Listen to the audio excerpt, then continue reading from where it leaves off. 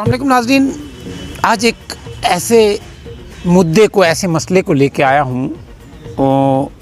थोड़ा टाइम जो मेरा जर्नलिज़म का रहा है उसमें ये ऐसा मसला पहली बार आया है। एक नौजवान मेरे साथ हैं, पंजाब फिल्म इंडस्ट्री में काम करते हैं, तो यहाँ से माइग्रेट होकर पंजाब जाते हैं, कैरियर बनाने के लिए जाते हैं। तो वहाँ अपने काम जो है, जो भी काम किया इन्होंने, उसके बाद जब ये ज़िला पहुँच कर रुख फिर करते हैं तो यहाँ इनको कुछ मुश्किलात आई। पिछले 3-4 दिन से मेरे फ़ोन टच में थे, ये बारिश की वजह से हम इनसे बात नहीं कर पाए थे। तो आज टाइम था, आज इनको मैंने कहा कि आप आ जाइए, हम जो भी मसाइल हैं, जो भी मसले हैं, इनकी ज़ुबानी सुनना चाहते हैं। आपका नाम? अफजल ख़ान जंजुआ। अफजल साहब कहाँ से ताल्लुक़ रखते हैं, आप कहाँ के रहने वाले हैं? मैं गांव कलाई का रहने वाला हूँ जी। तो वहीं पे हम मतलब दादे विरासत से वहीं पे रह रहे हैं कलाई में, और अभी यहाँ से सेटल हुए हैं पंजाब में, थोड़ा वहाँ पे अपना काम कर रहा हूँ मैं फिल्म इंडस्ट्री में। तो अफजल साहब यहाँ क्या मुश्किलात आ रही हैं आपको? पंजाब कितनी देर पहले से गए थे और फिल्म इंडस्ट्री में आपने काम किया है, क्या क्या काम किया है, पहले वो जानेंगे हम। सर मैंने काफ़ी सारे सॉन्ग्स किए हैं, पंजाबी सॉन्ग्स किए हैं, हिंदी सॉन्ग्स किए हैं। मैं खुद लिखता भी हूँ, राइटर भी हूँ। तो 2-3 मूवीज़ में काम किया मैंने पंजाबीज़ में। तो जो ये आई थी भारत मूवी सलमान खान की, इसमें एज ए क्रू मेंबर काम किया मैंने। तो और भी बहुत सारे छोटे छोटे एल्बम्स या छोटे छोटे काम जो काफ़ी किए हुए हैं मैंने, हॉलीवुड, बॉलीवुड या फिर बॉलीवुड रिलेटेड। इन तो क्या मुश्किलात हैं, किन चीज़ों से दिक्कत हो रही है आपने, क्या मसाइल हैं ऐसे जो आपको परेशानी है? सर पिछले 3-4 साल से 2018 में मैं पंजाब में था, वहाँ से मुझे घर पे बुलाया गया था पंचायत वालों ने कि यहाँ पे सरपंची के इलेक्शन हो रहे हैं। तो जब मैं घर पे आया तो यहाँ पे इलेक्शन वगैरह हुए, सब कुछ हुआ। तो इन्होंने मुझे एक झांसा दिया था कि तेरे घर तक रोड निकाल के देंगे।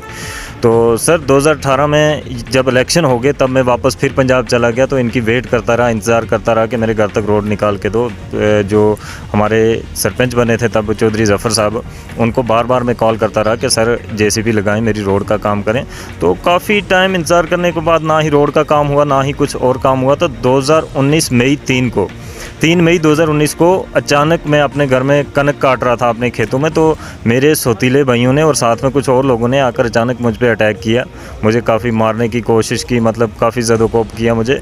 तो उसके बाद मैं पुलिस स्टेशन गया, वहाँ पे जाके FIR लगने के बाद जो गांव में एक पंच थे फौजी हनीफ साहब, तो उन्होंने मेरे ख़िलाफ़ उस वक्त एक रेजोल्यूशन लिख लिया कि ये काफ़ी डिफ़ाल्टर लड़का है। यहाँ पे हमारे गांव में, हमारी पंचायत में, हमारे मोहल्ले में काफ़ी मतलब गलत जो अल्फाज मेरे ख़िलाफ़ इन्होंने लिखे। तो सर जब FIR लग चुकी थी तो ये चीज़ मुझे पुलिस स्टेशन से पता चली कि अफजल तेरे ख़िलाफ़ ऐसे ऐसे एक रेजोल्यूशन लिख के आया है, तो वहाँ के मोहल्ले वाले काफ़ी तेरे ख़िलाफ़ हैं। तो जब मैंने उनसे फौजी हनीफ से बात करने की कोशिश की, उससे पूछा मैंने कि सर आपने मेरे ख़िलाफ़ एक रेजोल्यूशन लिखा है, तो तब रमज़ान चल रहा था। तो तब उन्होंने मुझे बताया कि मैंने कोई रेजोल्यूशन नहीं लिखा। तो मैं सोया हुआ था, सुबह सहरी खा के, तो एक बंदा आके मुझसे साइन करवा के ले गया उस पर, लेकिन मैंने रेजोल्यूशन नहीं लिखा। जबकि जो वो हैं हनीफ साहब, वो सब इंस्पेक्टर रिटायर हैं पुलिस में से। तो ऐसा मतलब बंदा सोच भी नहीं सकता कि एक सब इंस्पेक्टर रिटायर हो और उसके हाथों से कोई बिना बताए सिग्नेचर करवा के ले जाए उसके। तो उसके बाद सर ऐसे ही आस्ता आस्ता मतलब ये रंजिशें चलती रहीं। तो पिछले 1 साल से मेरा एक भाई जो सबसे बड़ा सौतीला भाई है वो वापस आया यहाँ पे। तो अपनी ज़मीन में आकर उसने मकान बनाने की कोशिश की। तो जब वो वहाँ से वापस आया तो यहाँ पे इन लोगों ने उसकी ज़मीन के मतलब जो अगट्ठी ज़मीन है, सारी ज़मीन के काफ़ी सारे जाली जो दस्तावेज़ात बनाए हुए हैं। तो उसको हरास करने लगे, साथ में मुझे भी कि ये आकर आपके साथ रह रहा है, यहाँ पे वाल साहब के साथ रह रहा है, तो यहाँ पे क्यों रह रहा है ये आकर। तो जब ऐसे करते करते उनके पास काफ़ी सारे डॉक्यूमेंट थे, डॉक्यूमेंट उन्होंने मतलब कोर्ट में या पुलिस स्टेशन कहीं भी लगाने की कोशिश की, जब थे ही वो नल एंड वाइड चैलेंजेबल थे ही नहीं, तो कहीं भी काम नहीं आए।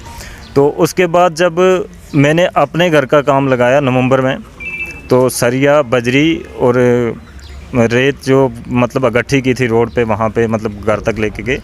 तो तब अचानक रात को जब मैंने इनसे मतलब मांगे डॉक्यूमेंट, काफ़ी कहा कि मुझे वो डॉक्यूमेंट दिखाइए जो ज़मीन के रिलेटेड बनाए हुए हैं, इस मसले को सॉर्ट आउट करें, तो इन्होंने मुझे डॉक्यूमेंट दिए नहीं। तो जब मैं अपने घर का काम करने लगा हूँ तो अचानक से इन्होंने रात के वक्त 2 दिसंबर को इन्होंने मेरे घर पे अटैक करवाया, मुझे मारा। काफ़ी सारे मतलब मेरे वाल साहब के भी लगी हुई थी और भी फैमिली में काफ़ी आदमी को लगी। मेरे पेड़ काटे गए, वहाँ पर फसल का काफ़ी नुकसान किया गया। तो उसके बाद FIR लगी है। एफआईआर लगने के बाद ये लोग पंचायत वाले जो हैं 13 जनवरी को आते हैं वहाँ मौके पे मौका देखने, तकरीबन 1-1.5 महीने के बाद। तो जब इनसे मैंने कहा कि मेरा नुकसान हुआ है, देखिए आप पंचायत वाले जितने भी हैं, वकील लाल सेन साहब और दूसरे तीसरे, तो इन लोगों ने 13 जनवरी को आकर वहाँ मौके पर एक फ़ैसला किया कि जो ज़मीन का मसला है उसमें जो बड़ा भाई यूसुफ है वो रफ़ीक को 1 लाख रुपया देगा और रफ़ीक जो है कब्ज़ा छोड़ देगा। तो उसमें कंडीशन ये रखी थी कि रफ़ीक जो है उस ज़मीन के ओरिजिनल जो डॉक्यूमेंट हैं वो यूसुफ को देगा। तो सर उसके बाद तीसरे दिन 16 जनवरी को कोर्ट में बैठ के ये लोग लिखते हैं, इसमें इन्होंने क्लियर लिखा है कि बानिस्बत अराज़ी जितने भी डॉक्यूमेंट थे वो कहीं ज़ाया हो गए हैं।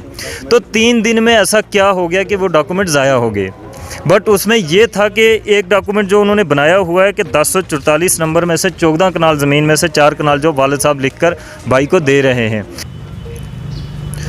तो 13 जनवरी को जब इन्होंने मतलब वहाँ पे आके फ़ैसला किया और 16 जनवरी को लिख रहे हैं कि ज़मीन के बानिस्बत जितने भी दस्तावेज़ हैं सारी कहीं ज़ाया हो चुकी हैं, आज के बाद मिलने पर ये कलादम तस्वर होंगी।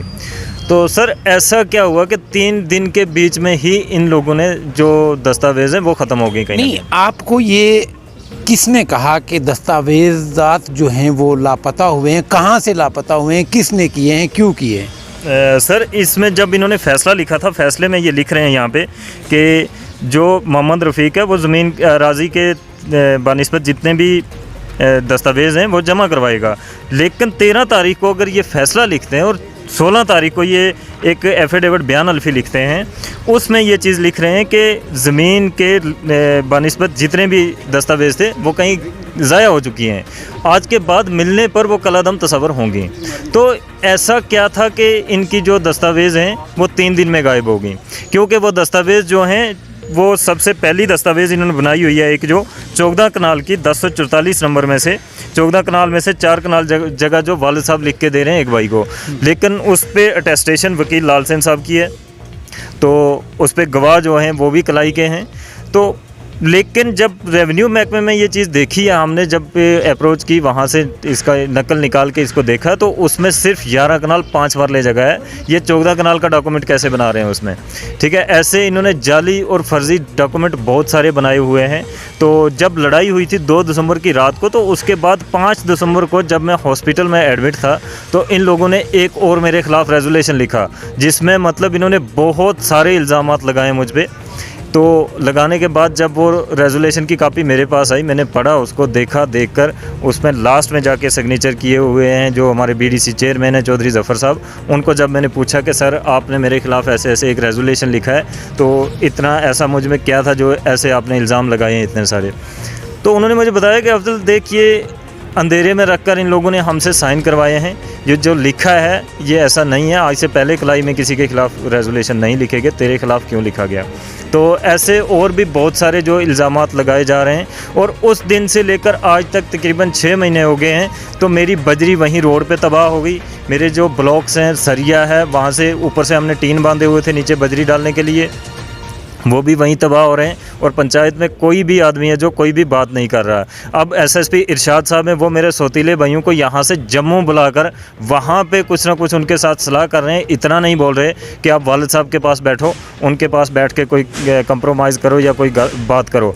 फौजी हनीफ साहब ये धमकी दे रहे हैं कि अगर तू यहाँ पे गवर्नर को भी ले आएगा तो तेरी बजरी नहीं उतरेगी और ना ही तेरा मकान बनेगा। आखिर मैं ये चीज़ इनसे पूछना चाहता हूँ कि ये लोग चाहते क्या हैं? दादे विरासत हमारी जगह है, मेरा अपना हिस्सा है वो, उसमें कोई किसी का डिस्प्यूट नहीं है, इन लोगों के साथ कोई मेरा डिस्प्यूट नहीं। आखिर ये लोग इस तरह से क्यों करते हैं हमारे साथ?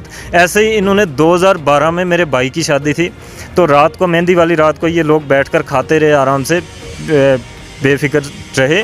तो सुबह जब बारात जाने का टाइम था तब इन्होंने इल्ज़ाम लगा लिया कि आप मरज़ई हो, आपका मज़हब चेंज है जी, आप पहले पंचायत करो फिर बारात लेके जाओ। ऐसे एंड टाइम 0 पॉइंट पे आके ये लोग ऐसे इल्ज़ाम लगा लेते हैं, ना ही कोई काम करने देते हैं ना कुछ। और आज मैं इनसे यही पूछना चाहता हूँ कि मुझे घर क्यों नहीं बनाने दिया जा रहा है? नहीं, इंतज़ामिया में कोई अप्रोच की आपने? कहाँ तक गए, किस लेवल तक एफआईआर हुई, या आला सतह के जो ज़िला के मालिक हैं इंतज़ामिया उन तक आप गए?